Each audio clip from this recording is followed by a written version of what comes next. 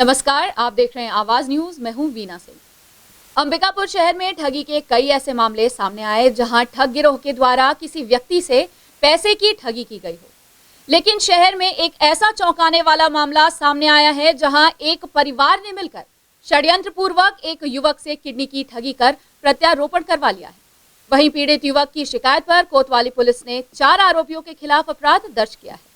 अंबिकापुर में एक ऐसा चौंकाने वाला मामला सामने आया है जहां एक पीड़ित युवक की शिकायत पर कोतवाली पुलिस ने एक परिवार के 4 सदस्यों के खिलाफ किडनी ठगी के मामले में अपराध दर्ज किया है। दरअसल कोतवाली थाना क्षेत्र अंतर्गत हर्रा टिकरा निवासी रविंद्र कुमार दुबे ने एक परिवार पर षड्यंत्र पूर्वक किडनी ठगी करने का गंभीर आरोप लगाया है। पीड़ित का आरोप है कि शहर के बौरीपारा निवासी राजेंद्र धर दुबे की दोनों किडनी 2006 में खराब हो गई थी। आरोपी की जान बचाने के लिए डॉक्टरों ने किडनी प्रत्यारोपण करने को कहा था। इसके बाद आरोपी और उसकी पत्नी सहित घर के अन्य सदस्यों ने मिलकर एक षड्यंत्र रचा। सभी आरोपी पीड़ित युवक के घर पहुंच गए। वहीं पीड़ित को भावनात्मक व दबाव पूर्वक आरोपियों ने अपने झांसे में फंसाने का प्रयास किया। आरोपियों ने पीड़ित को यह कहा कि यदि वह प्रत्यारोपण के लिए अपनी एक किडनी उन्हें दान में देता है तो वह उसे बेटे के रूप में अपना लेंगे। इसके एवज में अपनी संपत्ति भी उसके नाम कर देंगे और उसका पालन पोषण भी जीवन भर करेंगे। आरोपियों द्वारा काफी बहलाने फुसलाने के बाद पीड़ित उनके झांसे में फंस गया और अपनी एक किडनी देने को राजी हो गया। इसके बाद आरोपियों ने बकायदा पीड़ित युवक को अपना बेटा मानकर वसीयतनामा भी उसके नाम कर दिया ताकि सरकारी दस्तावेज में पीड़ित आरोपी का बेटा साबित हो जाए। वहीं किडनी प्रत्यारोपण के दौरान किसी भी प्रकार की बाधा उत्पन्न न हो। बकायदा सरकारी दस्तावेज तैयार करने के बाद आरोपियों ने लखनऊ के एक अस्पताल में पीड़ित का एक किडनी निकलवाकर प्रत्यारोपण करवा लिया। जब आरोपी पूरी तरह स्वस्थ हो गया, इसके बाद उसने पीड़ित को अपना बेटा मानने से इनकार कर दिया। साथ ही अंबिकापुर स्थित उप पंजीयन कार्यालय पहुंचकर आरोपियों ने वसीयतनामे को भी निरस्त करवा दिया। वहीं पीड़ित युवक बीते 16 सालों से न्याय के लिए दर-दर भटक रहा है। आरोपियों से थक हार कर पीड़ित ने उनके कोतवाली थाने में शिकायत दर्ज कराई है। पीड़ित की शिकायत पर कोतवाली पुलिस ने आरोपी राजेंद्र धर दुबे, कौशल्या दुबे, मिथिलेश धर दुबे व अनिमेश धर दुबे के खिलाफ धोखाधड़ी की धारा 420 सहित अन्य धाराओं के तहत अपराध दर्ज कर आरोपियों की धरपकड़ में जुट गई है। उसमें प्रार्थी के रिपोर्ट पे उनके परिजन के खिलाफ 420 धोखाधड़ी का अपराध पंजीबद्ध किया गया है। उसमें मामला ये है कि प्रार्थिया अपने किडनी को दान अपने चाचा को दिए और उसके बदले में उनको ज़मीन देना वो लोग बोले थे।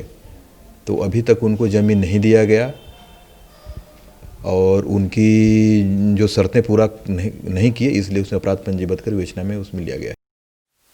प्रदेश के स्वास्थ्य मंत्री टीएस सिंहदेव ने एक पायलट परियोजना का शुभारंभ किया है। इस परियोजना के तहत छत्तीसगढ़ में सिकल सेल रोगियों की त्वरित पुष्टि की जाएगी। वहीं प्रदेश के 5 जिलों दुर्ग, सरगुजा, दंतेवाड़ा, कोरबा व महासमुंद से पायलट परियोजना की शुरुआत होगी। छत्तीसगढ़ में स्वास्थ्य एवं परिवार कल्याण विभाग द्वारा सिकल सेल के संदेहात्मक प्रकरणों की पहचान करने के लिए विगत 2 वर्षों से बड़े पैमाने पर स्क्रीनिंग की जा रही है। स्क्रीनिंग में लगभग 1 लाख से अधिक बालक बालिकाओं को सिकल सेल के संदेहात्मक प्रकरणों के रूप में चिन्हांकित किया गया है। ऐसे में संदेहात्मक बच्चों अथवा वयस्कों में सिकल सेल रोग की पुष्टि के लिए जांच अब तक मुख्यतः बड़े शासकीय अस्पताल में उपलब्ध रहती थी। दूरी के कारण बहुत से संदेहात्मक चिन्हांकित व्यक्तियों की सिकल सेल पुष्टि हेतु जांच समय पर पूर्ण करने में कठिनाइयां आती। वहीं अब समस्या को दूर करने के लिए छत्तीसगढ़ सरकार द्वारा एक पायलट परियोजना आरंभ की जा रही है। यह पॉइंट ऑफ केयर टेस्ट तकनीकी अंतर्राष्ट्रीय व राष्ट्रीय वैज्ञानिक संस्थाओं द्वारा प्रमाणित है। इस नई तकनीकी की उपयोग कर सिकल सेल रोग की पुष्टि हेतु जांच ग्राम स्तर पर एवं छोटे स्वास्थ्य केंद्रों में भी सरलता से की जा सकेगी। आपको बता दें कि परियोजना का शुभारंभ प्रदेश के स्वास्थ्य मंत्री टीएस सिंहदेव के द्वारा किया गया है। वहीं परियोजना की शुरुआत प्रदेश के 5 जिलों दुर्ग, सरगुजा, दंतेवाड़ा, कोरबा व महासमुंद से की जा रही है। इस जांच किट के उपयोग पर राज्य स्तरीय प्रशिक्षण Indian Council of Medical Research के मुंबई स्थित संस्था National Institute of Immunohaematology के विशेषज्ञों द्वारा प्रदान की जा रही है। आगामी सप्ताह में जमीनी स्तर पर स्वास्थ्य कार्यकर्ताओं का प्रशिक्षण पूर्ण कर सिकल सेल रोग की समय पर पुष्टि करने का कार्य संपादित किया जाएगा। उसको फ्रीजर में रखना कोई दूसरी प्रक्रिया हो, बहुत सरल प्रक्रिया से जैसे अब मलेरिया की टेस्टिंग हो जाती है, गांव पे जाके मितानिनों के माध्यम से भी इसको टेस्ट कराया जा सकता है और बच्चों की क्या स्थिति है, सिकल सेल से किस पैमाने तक वो ग्रसित हैं, इसकी जानकारी मिल सकती है। तो मैं समझता हूँ कि सिकल सेल की जानकारी और उपचार के लिए ये बहुत बड़ा कदम छत्तीसगढ़ ने उठाया है और इस बात की भी खुशी है कि देश। सूरजपुर जिले के ग्राम रुनियाडीह में 7 जनवरी को टीका लगने के बाद 2 माह के बच्चे की मौत होने का मामला सामने आया था।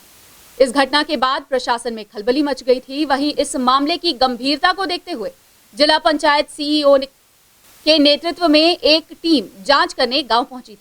इधर जांच टीम ने पाया कि गांव के 7 बच्चों का एक साथ टीकाकरण हुआ था, लेकिन उनमें से एक बच्चे की मौत हुई है।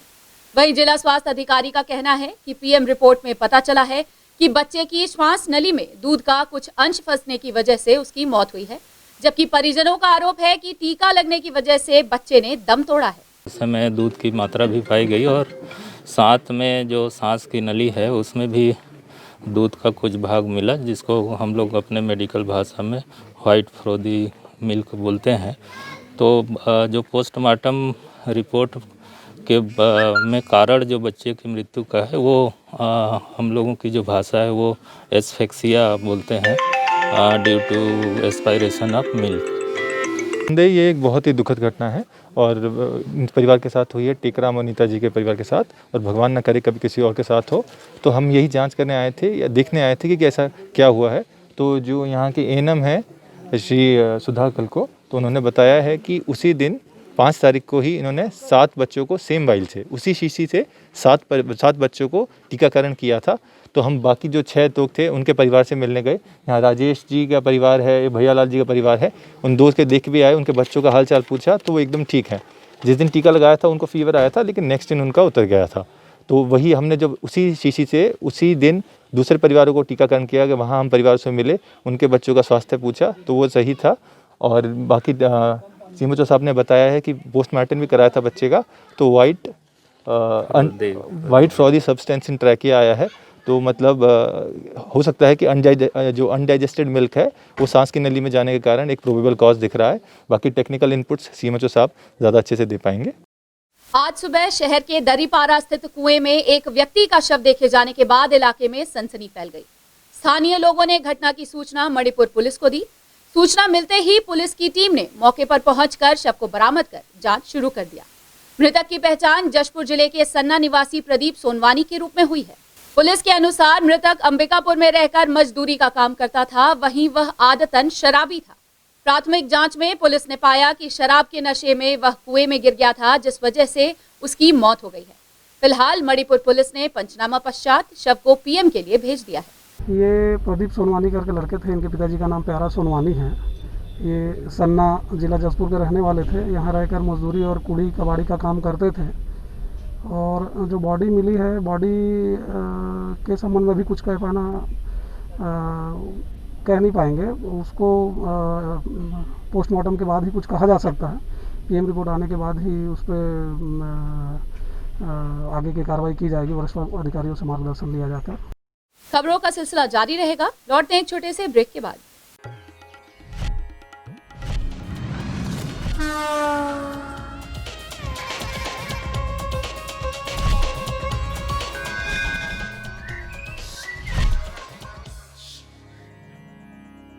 वीएम इंटरनेट सर्विस शहर का सबसे सस्ता high speed fibre internet service. 100 MBPS मात्र 700 रुपए में विद टैग। तो चाहे वर्क फ्रॉम होम हो या ऑनलाइन क्लास, याद रखें वीएम इंटरनेट सर्विस। अधिक जानकारी के लिए संपर्क करें Vande Mahamaya cable network. VM internet service, Alaknanda complex, प्रथम तल, अग्रसेन चौक, अंबिकापुर, सरगुजा। Mobile number 9111785555 7440765555।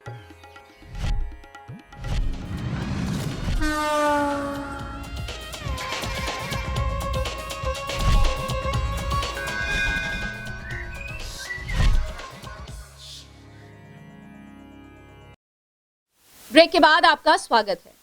आपने अब तक महुआ से शराब बनते और महुआ शराब के नुकसान के बारे में काफी कुछ सुना होगा, लेकिन जशपुर जिले में महुआ से समूह की महिलाएं मिठाई बनाकर आत्मनिर्भर बन रही हैं। साथ ही महुआ महिलाओं के लिए आर्थिक स्रोत का जरिया बन गया है।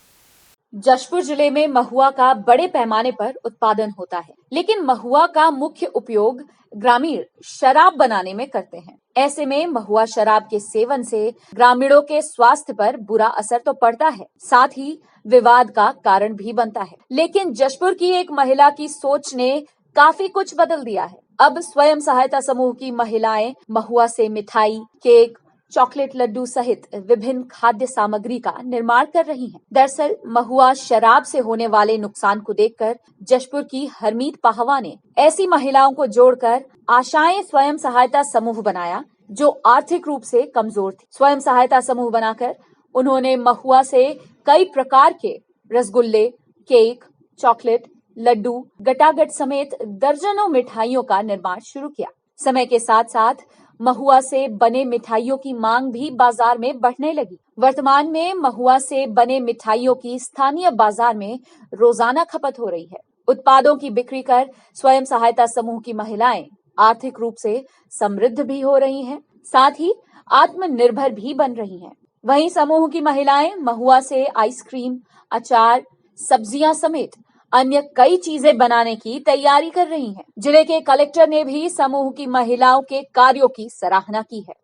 महुआ से मतलब कि ऐसे दारू पीते थे पहले तो हानि होता था, तो आजकल मतलब सामूहिक वाले पूरा लड्डू बनाते हैं।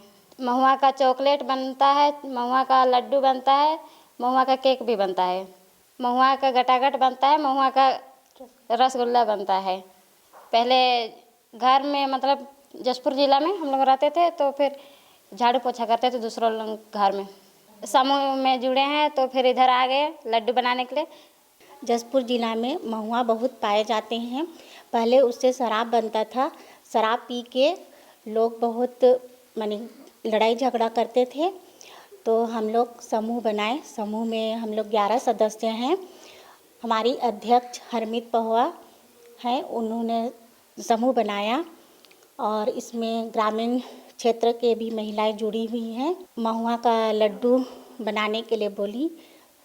हम लोग महुआ का लड्डू, केक, रसगुल्ला, गटागट, चॉकलेट बनाते हैं। जशपुर आदिवासी बहुल क्षेत्र है, यहाँ पे महुआ बहुत होता है, यहाँ पे प्रोडक्शन बहुत, महुआ की खेती काफ़ी होती है।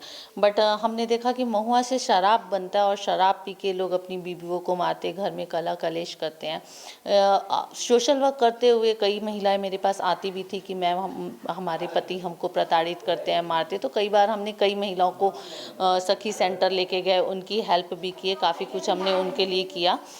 फास्ट फूड हुआ, चाइनीज़ हुआ और काफ़ी आइसक्रीम हो गया, पुडिंग्स हो गई। काफ़ी क्लासेस में हर गर्मियों में हम घर पे ही समर क्लासेस लेते थे। तो दिमाग में आया क्यों ना सोशल वर्क करते हुए और महुआ ये सब क्राइटेरिया देखते हुए मन में आया कि क्यों ना हम एक नई शुरुआत करें और लोगों को कुछ महिलाओं को इससे जोड़ें। और जोड़ने से क्या होगा कि महिलाओं की आर्थिक स्थिति सुधरी। जी हाँ, जशपुर ज़िले में जैसे महुआ से सैनिटाइज़र बनाने का काम चालू हुआ था, वैसे ही महुआ से लड्डू और केक और इस तरह के और अन्य आइटम भी जो है आशाएं स्वसहायता समूह के द्वारा बनाया जा रहा है और इनकी गुणवत्ता भी बहुत अच्छी है और लोग उसको पसंद भी कर रहे हैं।